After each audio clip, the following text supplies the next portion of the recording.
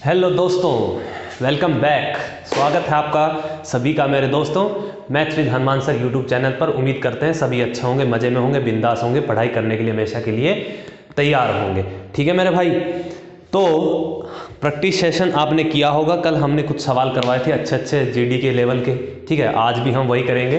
ठीक है, जीडी के लेवल ही सवाल करेंगे। ज़्यादातर अब जो फोकस होगा वो स्टडी पे रखा जाएगा। मतलब कहने का मतलब प्रैक्टिस पे रखा जाएगा। स्टडी तो हम कर ही रहे हैं। ठीक है, तो पूरा फोकस जो है वो आपकी जो जीडी के एग्जाम है तब तक आपको क्या रहेगा, सेट रहेगा। बीच में एक आधा मैं सिलेबस की क्लास डालता रहूँगा, बाकी आपकी जो क्लासेज हैं वो रेगुलर आपकी प्रैक्टिस करवाता रहूँगा। 10-15 सवाल हम करके प्रैक्टिस करते रहेंगे, आपकी अच्छी तैयारी होती रहेगी। ठीक है मेरे दोस्त, चलो तो बढ़ते हैं फिर अपने प्रैक्टिस सेशन पे ही। और सवाल लग गया है। ठीक है, सवाल को पढ़ो जल्दी से। ठीक है, और भी कोई इश्यू है तो आप मुझसे कांटेक्ट कर सकते हैं, व्हाट कमेंट करके बता सकते हैं। ठीक है, तो पहला सवाल आपकी स्क्रीन पे, कल मैंने एक सवाल छोड़ा था आपके लिए करने के लिए। मैं उसके ऑप्शन तो लिखने की जरूरत नहीं है, सवाल लग गया है। ठीक है, जिसमें जरूरत होगी उसके ऑप्शन लिख दूंगा मैं। देखो सवाल क्या है, एक वस्तु का अंकित मूल्य 850 है। यदि एक दुकानदार ने वस्तु पर 30% की छूट देकर 15% की हानि पर बेचा, ठीक है, तो उसका क्रय मूल्य ज्ञात करना है। मेरे भाई सीपी से एमपी का डायरेक्ट रेशियो आ जाता है जब डिस्काउंट और प्रॉफिट लॉस की बात की गई। तो सीपी से जो एमपी का डायरेक्ट रेशियो है वो क्या होता है, 100 माइनस डिस्काउंट अपॉन में 100 प्लस प्रॉफिट। आप डायरेक्ट इसका इस्तेमाल कर सकते हैं, डायरेक्ट आंसर आ जाता है यहाँ से। कैसे भाई, सीपी से एमपी की बात करते हैं तो सीपी से एमपी का डायरेक्ट रेशियो कैसा आएगा। उसने कहा कि 30% का डिस्काउंट, 30 रखेंगे तो ऊपर कितना बचेगा मेरे भाई, 70। ठीक है, हानि हुई है कि लॉस हुआ है, लॉस हुआ है, उसको कितने का लॉस हुआ, उसको 15% की हानि हुई है तो हानि रख देंगे मेरे भाई। ठीक है, माइनस हानि हो जाएगी कितना, 15%, तो बेचेगा कितने में, 85 में। आप कहोगे जी सर कोई समस्या नहीं है। ठीक है, यहाँ पे प्लस माइनस प्रॉफिट और लॉस दोनों ही रख सकते हैं आप, कोई दिक्कत नहीं है इस चीज़ में। ठीक है ना, कोई दिक्कत नहीं है। चलो भाई, अब उसने एमआरपी दिया हुआ है कितना, 850। 85 की वैल्यू 850 दी हुई है, कितना गुना है, 10 गुना है। सीपी पूछा है, 70 की वैल्यू पूछी, ये भी 10 गुना हो जाएगा, 700। वेरी इजी सवाल था ये, है ना, विद इन सेकेंड आप बना लोगे इसको। ठीक है मेरे भाई, चलो अब आते हैं हमारे आज के सवालों पे। ठीक है, ये तो हो गया होगा सभी का। चलो मैं हटा देता हूं इसको। चलो आज का पहला सवाल क्या है, देखो पढ़ो। किसी वस्तु को एक तय मूल्य पर बेचा गया, किसी वस्तु को एक तय मूल्य पर बेचा गया, इसे उस मूल्य के 4/5वें हिस्से पर बेचने पर 16% की हानि होती है। 4/5वें, उस मूल्य के 4/5वें पे, 4/5वें मतलब 4/5, है ना। अगर एक्चुअल एसपी हमारे पास 5 था तो उसको कितने मूल्य पे बेचा, उसके 4/5 पे, है ना। ओवरऑल जो है हमारा सीपी तो है वो 100% होगा ही होगा, ये आपको पता ही है, सीपी हमेशा 100% होगा। ठीक है मेरे भाई, आप कहोगे जी सर अब 5 पे बेचना चाहिए था, लेकिन उसने बेचा कितने, उसके 4/5वें भाग में, मतलब 4 में बेचा, तो उसको हानि कितने की हुई है, 16% की हानि। अगर 16% की हानि हुई है तो बेचा कितने में होगा मेरे भाई, आप कहोगे सर 84% में बेचा होगा। समझ में आई इतनी बात। तो उसका लाभ प्रतिशत निकालना तो हमें एक्चुअल एसपी निकालना पड़ेगा उसके लिए। ठीक है, तो 4 की वैल्यू कितना है, 84, कितना गुना है ये, 21 गुना है। तो ये भी मेरे भाई कितना गुना हो जाएगा, 21 गुना हो जाएगी। 21 5 105% में, मतलब पहले कितने में बेचा होगा उसने, 105% में। तो लाभ पूछा है, 100% सीपी था, एसपी 105%। आप देख पा रहे होंगे कितने का प्रॉफिट हुआ है सर, 5% का प्रॉफिट हुआ है। ठीक है, ये छोटा सा सवाल था, खत्म हो गया मेरे भाई। इससे ज्यादा इसमें कुछ करने की जरूरत नहीं है। ठीक है, हटा दें इसको। चलो अगले सवाल की ओर बढ़ते हैं।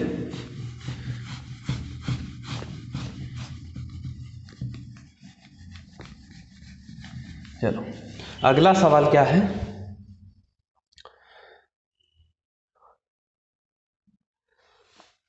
इसके ऑप्शन में लिखता हूं, तब तक आप सवाल पढ़ेंगे, बनाने की कोशिश करेंगे। अगर बनता है तो इजी सवाल है, कुछ ज़्यादा तकलीफ नहीं होगी आपको इसमें, है ना। लैंग्वेज काफ़ी बड़ी दी हुई है, लेकिन उसने पूछा क्या है देखते हैं।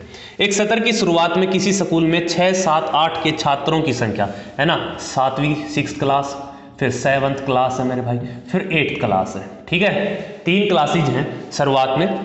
ठीक है, तो उसमें छात्रों की संख्या दी है, पहली में 120 है, दूसरी में 150 है, और तीसरी में कितने हैं, 130। आप कहोगे जी सर कोई समस्या नहीं। तो टोटल स्टूडेंट कितने हो गए, यहाँ से देख पा रहे होंगे आप, 300 और 300 कितना हो गया, तो 400 ही हो गया मेरे भाई टोटल। ठीक है, कितने स्टूडेंट हैं यहाँ पे, 400 स्टूडेंट। कोई समस्या है, कोई समस्या नहीं है। चलो फिर क्या कहा कि बाद में 10 छात्रों को छठी और सातवीं में प्रवेश दिया गया। 10 छात्रों को, तो 10 छात्र इसमें शामिल हुए होंगे, 10 छात्र इसमें शामिल होंगे, और 8th क्लास के 10 छात्रों को क्या कर दिया, स्थानांतरित कर दिया। ठीक है मेरे भाई। तो अब उसने पूछा है तो शुरुआत में और अब जो है कक्षा में छात्रों का अनुपात बताना कितना होगा। मेरे भाई 10 गए 10 आएंगे तो कैंसिल ही हो गया। एक्स्ट्रा कितने बढ़े हमारे पास, 10 बढ़े हैं। तो पहले कितने थे, 400 थे, तो अब कितने हो जाएंगे, 410 हो जाएंगे। इनका रेशियो पूछा है, 1 0 से 1 0 कटेगा, कितना रेशियो आ गया, 40:41 आ गया। C फॉर कैट इसका सही उत्तर हो जाएगा मेरे भाई। नॉर्मल सा सवाल था, सवाल की लैंग्वेज काफ़ी बड़ी दे रखी है, सवाल उतना है नहीं है। ठीक है, चलो ये भी हो गया। अगले सवाल पे बढ़ते हैं। तो ये हो गया था। अगला सवाल क्या है मेरे भाई, अगले सवाल की ओर बढ़ा जाए। मैं ऑप्शन लिखता हूं तब तक इसके, ठीक है। आप सवाल को पढ़ेंगे, बनाने की कोशिश करेंगे।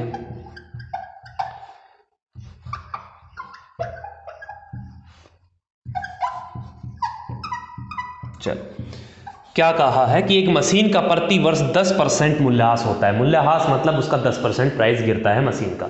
ठीक है, उसकी वर्तमान कीमत दे रखी है आपको। ठीक है मेरे भाई, कितनी है, 2.5 लाख है। उसकी वर्तमान कीमत दे रखी है कितना, 2.5 लाख है। तो 2 वर्ष बाद मशीन का मूल्य कितना हो जाएगा भाई, वर्तमान में कीमत दे रखी है उसकी, और कहा है कि हर साल 10% की कमी होती है।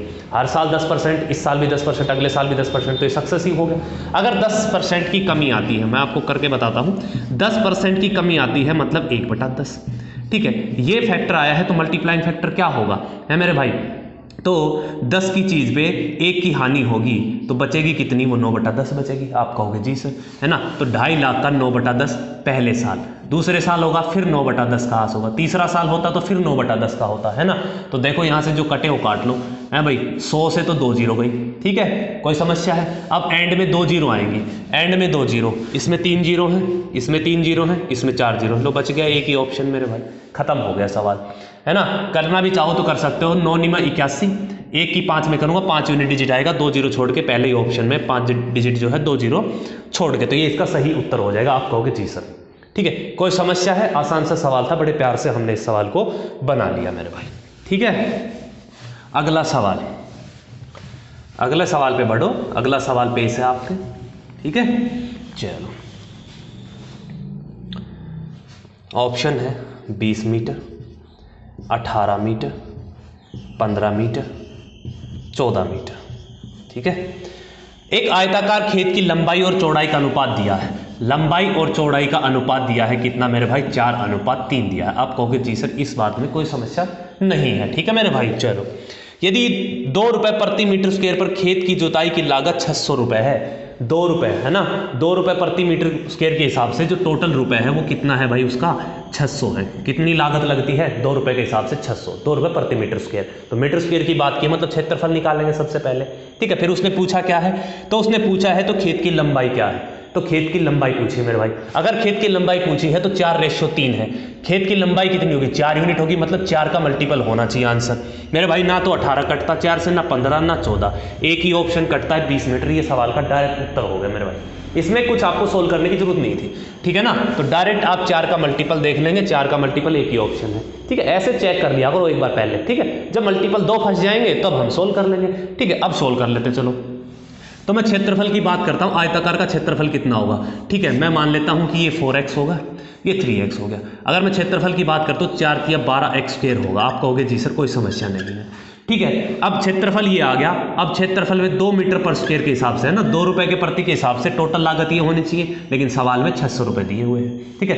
तो भाई 12 दूनी 24x², तो 24x² है तो x² की वैल्यू कितनी आएगी, 24 25 कितना होता है मेरे भाई, 600 होता है। तो x का मान कितना आ गया, 5 आ गया। आप कहोगे जी सर कोई दिक्कत नहीं है, x की वैल्यू आ गई मेरे भाई 5। तो पूछा क्या है, लंबाई 4, तो x की वैल्यू रख दो, 5 गुना हो जाएगी, कितना आएगी, 20 मीटर आएगी, ठीक है। अगर ब्रेड पूछता तो ये कितनी हो जाती, ये भी 5 गुना हो जाती, 3 5 15 मीटर हो जाती। बताओ मेरे दोस्त, किसी को कोई समस्या है? आप कहोगे जी सर कोई समस्या नहीं है, मजा आ गया इस सवाल करने में, ठीक है। अरे मजा आ रहा कि नहीं आ रहा मेरे भाई। चलो अगले सवाल की ओर बढ़ते हैं, नोट कर लो इसको करना चाहो तो। अगले सवाल के मैं तब तक ऑप्शन लिखता हूं, तुम इसको नोट करो जल्दी से।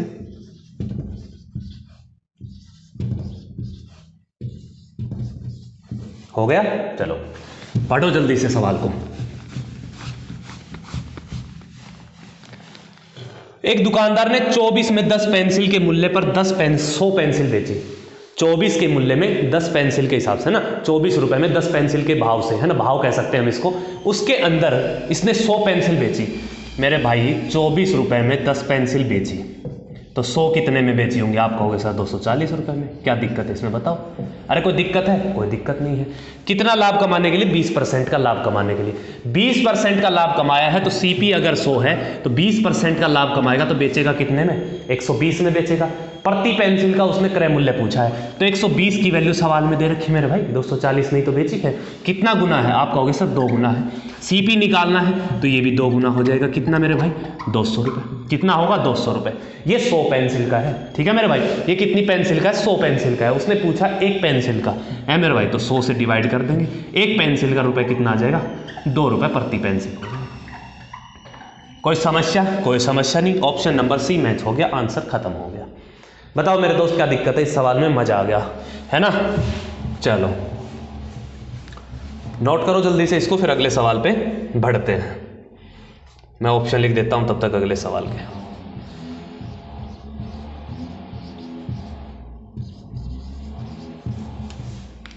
हटाऊं इसको? चलो अगला सवाल क्या है? एक दुकानदार स्टोर ने 30% और 25% की 2 क्रमिक छूट की घोषणा की। पहले 30% की छूट दी है, ठीक है, फिर 25% की छूट दी है, ठीक है मेरे भाई। उसने कहा है अगर 1200 क्रय मूल्य वाली शर्ट का अंतिम विक्रय मूल्य क्या होगा? तो भाई 1200 क्रय मूल्य वाली अंकित मूल्य का जो अंतिम मूल्य है, विक्रय मूल्य, वो क्या होगा मेरे भाई? जब एमआरपी नहीं दिया है तो डिस्काउंट, फिर हम ये सीपी जो 1200 रुपये दिए हैं, है ना भाई, क्योंकि उसने एनपी दिया नहीं है तो डायरेक्ट सीपी पे निकाल देंगे। 1200 है तो मेरे भाई 30% अगर छूट देगा, 30% का मतलब कितना होता है? 3/10। मतलब अगर 10 था उसका, है ना, एमआरपी 10 था, 3 की छूट दे दी तो बेचेगा कितने में? 7 में बेचेगा। आप कहोगे जी सर कोई समस्या नहीं है। 25% होता है 1/4। पहले अगर 4 था, 1 की छूट दे दी तो बेचेगा कितने में? 3 में बेचेगा। सक्सेसिव है, ये लगा दिया हमने। यहाँ से कितना आएगा मेरे भाई? 10 चौक 40 आएगा। यहाँ से कितना आएगा? 7 या 21 आएगा, ठीक है। उसने दे रखा है 1200 रुपये पर, है ना, तो 1200 रुपये दे रखी, 40 की वैल्यू। कितना गुना है मेरे भाई? 30 गुना है। 21 की वैल्यू पूछी है, ये भी कितना हो जाएगा? 30 गुना हो जाएगा, 630 आ जाएगा इसका सही उत्तर, ठीक है। नॉर्मल सा सवाल था। आप कहोगे जी सर कोई दिक्कत नहीं है इसमें, ठीक है, नॉर्मल सा सवाल था। जल्दी से इसको नोट करेंगे, फिर बढ़ते हैं मेरे दोस्त अगले सवाल की ओर। जल्दी से छापो इसको अपनी कॉपी में, ठीक है।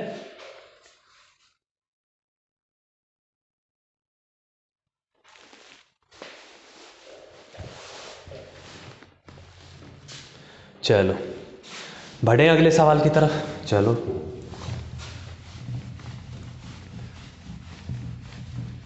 अगला सवाल मेरे दोस्त क्या कहता है हमसे? अगला सवाल क्या कहता है?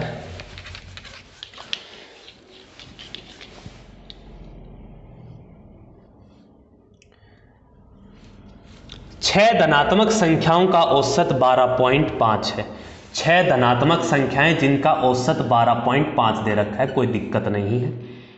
पहली संख्या की बात करते हैं। अंतिम 5 संख्याओं के, अंतिम 5 संख्याएं मतलब ये दूसरी होगी, ये तीसरी होगी, ये चौथी होगी, ये पांचवी होगी, ये छठी होगी। बिल्कुल मैं एक एक स्टेप करके बता रहा हूं तुम्हें, ठीक है। यदि पहली संख्या अंतिम 5 संख्याओं के योगफल का 2/3 है, पहली संख्या अंतिम 5 संख्याओं के योगफल का 2/3 है, मतलब अगर इनका योगफल 3 है तो इसका कितना होगा? 2 होगा। कोई दिक्कत? 2/3 का मतलब अगर ये 3 है तो ये कितना होगा? 2 होगा। इनका सम दे रखा है मेरे भाई। अगर सम की टोटल की बात करें 6 संख्याओं के सम की, तो 6 5 30, 12 6 72 और 3 कितना होगा? 75 दे रखा है ना। तो आप यहाँ से चेक कर लेंगे टोटल सम कितना बनता है? 3 और 2 5 यूनिट बन रहा है सर। तो 5 यूनिट की वैल्यू कितनी है सवाल में? 75 है। कितना गुना है मेरे भाई? 15 गुना है। उसने 5 संख्याओं का औसत पूछा है तो 5 संख्याओं का सम कितना आ जाएगा? 3 यूनिट की वैल्यू निकालनी है। 3 यूनिट की वैल्यू निकालेंगे तो कितनी आएगी? 15 या 45, ठीक है मेरे भाई, 15 या 45। ये पांचों संख्याओं का योग आ गया। एवरेज निकालनी है, संख्याएं 5 है तो 5 से क्या कर दो? डिवाइड कर दो। 5 निम्न 45 होगा, तो इन 5 संख्याओं का औसत कितना आ जाएगा मेरे दोस्त? 9 यूनिट हो जाएगा। आप कहोगे जी सर मजा आ गया, ठीक है, मजा ही आ गया है मेरे दोस्त। चलो जल्दी से नोट करो, अगले सवाल की ओर बढ़ते हैं मेरे भाई। 2 संख्याओं का अनुपात दिया हुआ है। अगले सवाल में क्या है कि 2 संख्याओं का अनुपात दिया हुआ है, ठीक है। 2 संख्याओं का अनुपात 3:5 है, ठीक है। और HCF 6 दे रखा है, और HCF कितना दे रखा है 6। इनका एलसीएम पूछा है नॉर्मल सा। एलसीएम क्या होता है मेरे भाई, HXY होता है। ठीक है, H की वैल्यू आपके पास 6 है, X की वैल्यू कितनी है 3 है, Y की वैल्यू कितनी है 5 है। तो 5 तिया 15 छिका 90, इन संख्याओं का एलसीएम कितना आ जाएगा 90 आ जाएगा। नॉर्मल सा सवाल है। ठीक है मेरे भाई, ये XY हमेशा कोप्राइम पेयर का ही रेशियो दिया होता है सवाल में मेरे भाई, ध्यान रखना इस बात को। ठीक है, अगर ये सवाल हो गया हो तो आगे बढ़ेंगे। नॉर्मल सा सवाल था, एलसीएम पूछा था आपसे, कुछ लंबी चौड़ी कहानी इसमें थी नहीं मेरे भाई। ठीक है, चलो बढ़ो अगले सवाल की तरफ। एक कैलकुलेशन दी हुई है, ये करेंगे अभी। देखो 12 भाग में, नॉर्मली सवाल है, बस ये ऐसे ही, बस आपको देख के घबरा जाते हो तुम कि ये क्या कर दिया, इसको तो सर हम नहीं कर सकते, है ना। भाग में 24 भाग में 8 - 5, 24 भाग में 8 - 5। ठीक है, ये सवाल आपको दिया हुआ है तो बस इसको सोल्व करना है। पहले छोटे ब्रैकेट पे आ जाओ भाई, इसको सोल्व कर लो। ये कितना होगा 3 दूनी 6, 12/6 करेंगे, यहाँ से तो मिला आपको 2। कोई दिक्कत, आप कहोगे सर कोई दिक्कत नहीं है। 8 में 5 गया 3, 3 8 24, ये तो 8 होगा भाई। कोई दिक्कत तो कितना आ गया ये 2/8 मतलब 1/4। ये सवाल हो गया। लोग बताओ क्या था इसमें, कुछ था मेरे भाई? कुछ भी नहीं था। जल्दी से देखो इसको, फिर आगे बढ़ते हैं। एक अच्छा सवाल कर लेते हैं। चलो हटाऊं मैं इसको। अगला सवाल क्या है मेरे भाई, ऑप्शन लिखता हूं मैं इसके। 264, 168.8, 260 और 26, 268.8 ये दे रखा है। एक व्यक्ति 12 घंटे में एक यात्रा पूरी करता है मेरे भाई, 12 घंटे में एक यात्रा पूरी करता है। ठीक है, वह आधा दूरी तो 21 किलोमीटर प्रति घंटा की रफ्तार से और आधी दूरी 24 किलोमीटर प्रति घंटा की रफ्तार से तय करता है। ठीक है मेरे भाई, तो उसने पूछा यात्रा की कुल दूरी कितनी है मेरे भाई। तो आधी आधी दूरी मतलब डिस्टेंस सेम है, तो एवरेज स्पीड निकाल लेंगे। तो एवरेज स्पीड निकाल लो, 12 घंटे में मल्टीप्लाई कर देंगे, टोटल डिस्टेंस आ जाएगी। तो एवरेज स्पीड कितनी आएगी, 2 गुना में 21 गुना में 24, नीचे इनका कितना हो जाएगा, सम हो जाएगा, कितना आएगा 45 मेरे भाई। कोई दिक्कत? आप कहोगे सर कोई दिक्कत नहीं है। ठीक है, तो काट लो इसको। काटेंगे तो कितने पे कटेगा ये, 15 तिया 45, 3 8 24, फिर से 3 5 15 पे काट दो, 3 7 21। ठीक है, 7 दूनी 14, 8 112, 112/5। ठीक है, ये आ गई इसकी एवरेज स्पीड। ठीक है, एवरेज स्पीड आ गई। 12 घंटे में ट्रैवल करनी है, तो 12 घंटे टाइम दिया है, तो 12 घंटा का मल्टीप्लाई कर दो। इस स्पीड से 12 घंटे ट्रैवल किया उसने एवरेज स्पीड से। ठीक है, तो ये कितने पे कटेगा भाई, 24 5 120 होता है। बस आपको मल्टीप्लाई करनी है। 24 दूनी कितना आएगा, 48 आएगा। 24 एकम 24, 4 कितना होगा 28, 24 एकम 24 और 2 कितना होगा 26। एक डेसिमल था, एक अंक छोड़ के डेसिमल लग जाएगा। 268.8 इसका सही उत्तर हो जाएगा मेरे भाई। बताओ इस सवाल में कोई समस्या हो तो मेरे को बताओ। आप कहोगे जी सर कोई समस्या नहीं है, आगे सवाल बढ़ाया जाए, है ना। चलो नेक्स्ट सवाल पे बढ़ो मेरे भाई। नेक्स्ट सवाल क्या है, यदि y का x% 100 है, यदि y का x% 100 है, कोई दिक्कत नहीं है। z का y% 400 है, x और z के बीच में संबंध पूछा है। तो भाई यहाँ भी y% है, यहाँ भी y% है, बराबर कर लो। यहाँ से y% निकालूंगा तो 100/x आएगा। आप कहोगे जी सर, ठीक है। यहाँ से y% निकालूंगा 400/z आएगा। ठीक है, अपॉन में z हो गया। ठीक है, तो अब 2 0 से 2 0 कट गया, अनुपात आ गया भाई 1:4 x और z का। यही पूछा है x और z में क्या संबंध है, तो 1:4 इसका क्या आ जाएगा, उत्तर आ जाएगा मेरे भाई। ठीक है, कोई समस्या, कोई परेशानी, कोई दिक्कत, कोई तकलीफ? आप कहोगे जी सर कोई दिक्कत नहीं है ना। चलो तो फिर अगले सवाल की ओर बढ़ो। फिर अगला सवाल लग गया है, जल्दी से बनाएंगे इसको। ठीक है, चलो। एक निर्माता एक थोक व्यापारी को एक वस्तु बेचता है 10% के लाभ पे। ओके, थोक व्यापारी उसी वस्तु को खुदरा विक्रेता को 12% के लाभ पे। ठीक है, तो ये सक्सेसिव चल रहा है। पहले उसने एक बंदे को बेची 10%। ठीक है, मैं सक्सेसिव वाला लगा देता हूँ इसमें, फिर बेची 12% पे और फिर 15% के लाभ पे। अंत में मूल्य दे रखा है कि तो ग्राहक ने उसके लिए 21,252 का, ग्राहक ने 21,252 रुपए का भुगतान किया है मेरे भाई।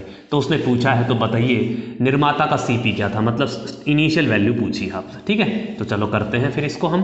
10% का मतलब कितना होता है, 1/10। मतलब पहले अगर 10 था तो अगले ने बेची कितने में, उसको 11 में। तो पहला रेशियो गया 10 से 11। 12% 3/25 मतलब 3/25, 25 से कितना जाएगा भाई 28 जाएगा। आप कहोगे जी सर 15 3/20 तो मतलब पहला 20 है, फिर कितने पे जाएगा 23 पे जाएगा। किसी को समस्या, किसी प्रकार की कोई समस्या है तो मेरे भाई बताओ। चलो कोई समस्या नहीं है, कोई समस्या नहीं है तो आ जाओ फिर मेरे दो चीज़ पे है भाई। मल्टीप्लाई करना मल्टीप्लाई कर लो, ऐसे कैसे लिखना तो ऐसे कैसे लिख लो, काट लेंगे हम, कोई दिक्कत नहीं, थोड़ा कैलकुलेटिव है सवाल, ठीक है। तो यहाँ से कितना 5 जा आएगा, ठीक है। तो रेशियो आ गया हमारे पास ये मेरे भाई। आप कहोगे जी सर, ठीक है। तो देखो भाई इसकी वैल्यू ये दे रखी है भाई, इतना हो गया, इतना भुगतान किया है ग्राहक ने। तो काटेंगे 11 से काटते हैं पहले है भाई। तो 11 से काटेंगे, 11 एकम 11, 11 निबन 99 है भाई, और 11 तिया पे तो जाएगा नहीं है ना, तो 11 एकम 11, 102 बचा ना। हाँ तो ठीक है, 11 तिया 33 पे, 11 दूनी 22 पे, ठीक है। 1932 बार गया। अब 23 से काट लेते हैं इसको, 23 8 184 होगा, 23 चौका 92, ठीक है। और 28 तिया 84 पे कटेगा। कितना गुना है मेरे भाई ये 3 गुना है। 1 यूनिट की वैल्यू 3 आ गई, 5 की वैल्यू पूछी है, ये भी 3 गुना हो जाएगी। कितना हो जाएगा मेरे भाई 5 तिया 15,000 हो जाएगा। बताओ इस सवाल में कोई दिक्कत है तो मेरे भाई, थोड़ी कैलकुलेटिव है ना, कैलकुलेशन आ रखी है भाई, कुछ सवालों में कैलकुलेशन देती है, ऐसा नहीं है कि तुम बिल्कुल ही थोड़ा बहुत कैलकुलेशन करना पड़े तो कर लिया करो मेरे भाई, इतनी कैलकुलेशन तो करनी ही पड़ेगी, नॉर्मल कैलकुलेशन है ये, ठीक है। चलो नेक्स्ट सवाल की ओर बढ़ते हैं। नेक्स्ट सवाल क्या है मेरे भाई, नेक्स्ट सवाल, इसको हटाता हूं मैं, फिर नेक्स्ट सवाल पे आते हैं।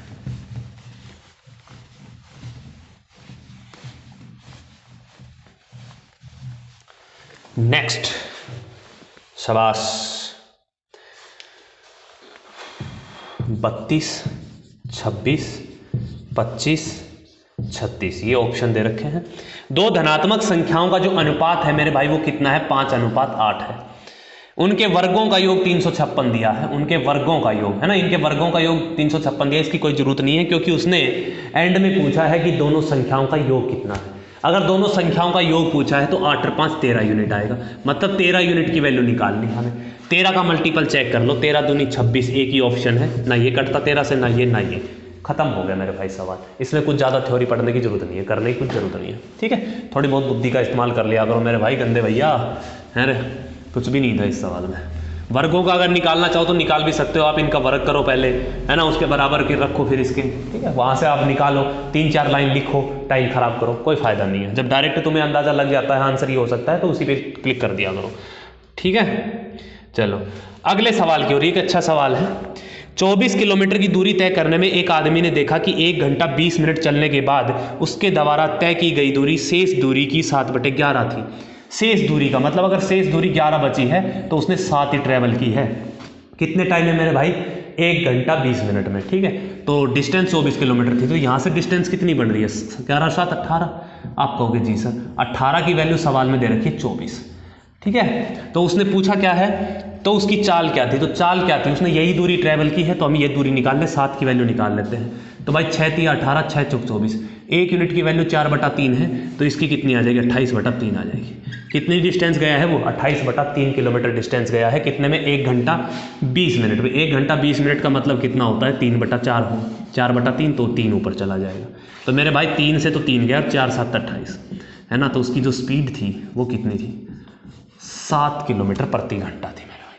कितनी थी भाई 7 किलोमीटर प्रति घंटा थी। बताओ इस सवाल में किसी को कोई भी प्रकार की किसी भी प्रकार की परेशानी है तो, अगर नहीं है तो फिर हम अगले सवाल पे बढ़ते हैं। जल्दी जल्दी बनाओ मेरे भाई सवाल, क्योंकि टाइम बहुत कम है, ज़्यादातर फोकस रखो पढ़ाई पे है ना। मेरे से उम्मीद भी मत करना बीच में कि मैं कमेंटबाजी करें, इंटरटेनमेंट है, इंटरटेनमेंट इंटरटेनमेंट इंटरटेनमेंट, ठीक है। इंटरटेनमेंट में कुछ नहीं रखा मेरे भाई। अगर सवाल कहीं दिक्कत आ रही है, समझने में कोई परेशानी हो रही है तो आप मुझसे बोल सकते हैं, ठीक है मेरे भाई। उस आपकी परेशानी सवालों के माध्यम से ही दूर करेंगे, वैसे दूर नहीं होनी है, ठीक है। हाँ चलो पहले मैं ऑप्शन लिख दूँ, इसका ऑप्शन की जरूरत नहीं है, चलो सवाल ही बनाते हैं। 5 सदस्यों वाली कंपनी ए की औसत, 5 सदस्यों वाली कंपनी ए है जिसका औसत दे रखा है कितना भाई, औसत आयु जो है वो कितनी है 44.8 है, कोई दिक्कत नहीं है। फिर कहा 4 सदस्यों वाली बी कंपनी, इसमें जो है 4 सदस्य हैं और इनकी औसत आयु दे रखी है आपको 48, कोई दिक्कत नहीं है। तो कंपनी बी की कुल आयु, कंपनी बी की कुल आयु ए की कुल आयु से कितना प्रतिशत कम है। तो कुल आयु की बात की है तो हम इनका सम ले लेते हैं, है ना। कुल आयु निकालो मेरे भाई। तो भाई 5 8 40, 5 चौक 20, है ना, गुणा कर लो ना। 5 8 40, 5 चौक 20, 4 24, 5 चौक 20 और 2 22, कितना हो जाएगा 224 होगा कुल आयु की बात करें तो। यहाँ से कितना आएगा 4 चौक 16, 4 8 32, ये कितना आएगा मेरे भाई 192 आएगा। ठीक है, तो प्रतिशत में पूछा कितना कम है, पहले तो आप ये चेक कर लो कितने की कम है मेरे भाई। ये कितने की कमी है, ये 32 की कमी है। 32 की कमी कितने पे होगी 224 पे होगी। प्रतिशत के लिए गुणा में 100%। कितनी बार कटेगा ये 32 7 224, तो 100/7% इसका सही उत्तर हो जाएगा मेरे भाई। आगे कुछ करना ही नहीं है। अगर और कुछ होता तो 1/7 कितना होता है प्रतिशत में 14 सही 2/7% होता है। ठीक है, नोट करना है इस सवाल को तो नोट कर सकते हैं आप जल्दी से। ठीक है, करो मेरे भाई।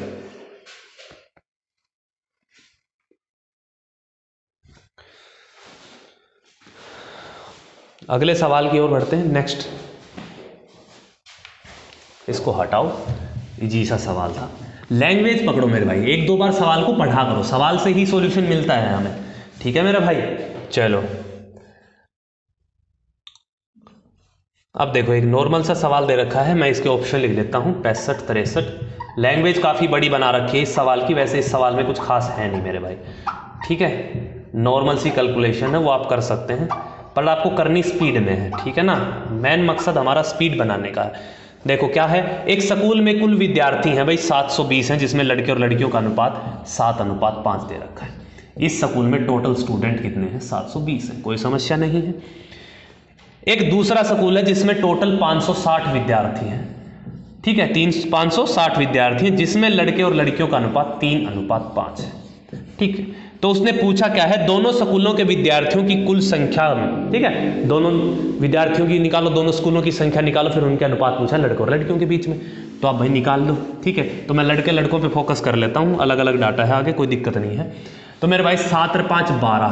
ठीक है, यहाँ से सम 12 है, तो 12 की वैल्यू कितना है, ये 60 गुना है ना, 60 गुना है ना मेरे भाई। आप कहोगे सर तो ये कितना हो जाएगा सर, 6 7 तो 42, यहाँ से कितना आएगा 420 आएंगे। लड़के लड़के निकाल लेता हूँ मैं। यहाँ से 5 और 3 8 है, 8 2 7 तो 56, ये 70 गुना है, तो ये 70 गुना है, तो ये कितना होगा यहाँ पे 210 होगा। इनको मैं ऐड करता हूँ, कितना आएगा 630, मतलब 63 आएगा।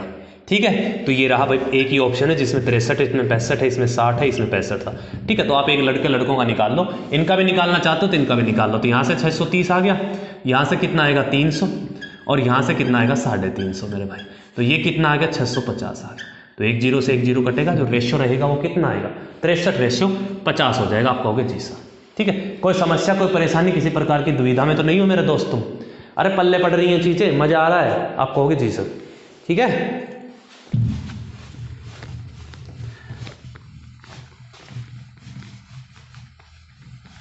देखो मेरे भैया अगले सवाल में क्या कहा है। ठीक है, अगले सवाल में देखो ऑप्शन लिख दूं मैं इसके, 729, 300, 486, 286 सेंटीमीटर स्क्वायर, ये भी सेंटीमीटर स्क्वायर, ये भी सेंटीमीटर स्क्वायर, और ये भी सेंटीमीटर स्क्वायर। उसने कहा है कि 1 सेंटीमीटर, 9 सेंटीमीटर और 81 सेंटीमीटर वाले एक धातु है भाई, घनाभकार की है ना, प्लेट को पिघलाकर एक घन बनाया जाता है। तो घन का संपूर्ण पृष्ठीय क्षेत्रफल ज्ञात करें। संपूर्ण पृष्ठीय क्षेत्रफल ज्ञात करना है, तो घनाभ से पहले तो घन बनाएंगे, है ना। तो वॉल्यूम हमेशा सेम रहेगा, ऐसे केसेस में वॉल्यूम सेम होता है। जब आप किसी चीज को पिघलाकर बना रहे हो तो भाई वॉल्यूम तो उतना ही रहेगा। ठीक है, तो सबसे पहले मैं वॉल्यूम देखता हूँ, वॉल्यूम ऑफ क्यूबॉइड का वॉल्यूम क्या होगा भाई 81 होगा। आप कहोगे जी सर कोई दिक्कत नहीं है किसी भी प्रकार की, तो वॉल्यूम सेम होना चाहिए। अगर मैं घन की बात करता हूँ तो वॉल्यूम का घन तो a क्यूब होता है, ये तो LBH होता है ना। तो आपने सभी की मल्टीप्लाई कर दी। ठीक है, तो घन के वॉल्यूम पे जाएंगे तो a क्यूब होता है, a क्यूब के बराबर कितना है 729 है। तो घन की साइड कितनी आ जाएगी मेरे भाई 9 सेंटीमीटर आ जाएगी। अरे कितनी आएगी 9 सेंटीमीटर आ जाएगी। लेकिन उसने साइड नहीं पूछी, उसने संपूर्ण पृष्ठ क्षेत्रफल पूछा है। तो संपूर्ण पृष्ठ क्षेत्रफल जो है वो कितना होता है 6a² होता है क्यूब का, है ना, घन का। तो 6 तो हमारे पास है ही कॉन्स्टेंट, a क्या है 9 है, तो 9 की पावर 2 करेंगे कितना आएगा 81, और 81 छिक्का कितना होगा मेरे भाई 81 छिक्का कितना होगा 486 होगा। तो मतलब 486 इसका आंसर होना चाहिए। ऑप्शन नंबर सी आपका मैच कर गया, that is the right answer मेरे भाई। जिसका सही उत्तर हो जाएगा। मेरे भाई बताओ, आज के सवालों में कोई परेशानी थी, कोई दिक्कत थी, कोई घबराहट है तो आप मुझसे बता सकते हैं मेरे भाई।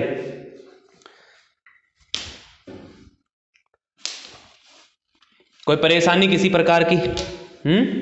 आप कहोगे जी सर कोई दिक्कत नहीं है। ठीक है, आज के सेशन में जितने भी सवाल के डेली हम ऐसे ही सवाल करते रहेंगे, किसी में 15 हो गए, किसी में, है ना। तो अपने 30 मिनट की वीडियो होती है, 30 मिनट में हमें जो जितने सवाल बनते हैं धीरे धीरे प्यार से अपने करते जाएंगे।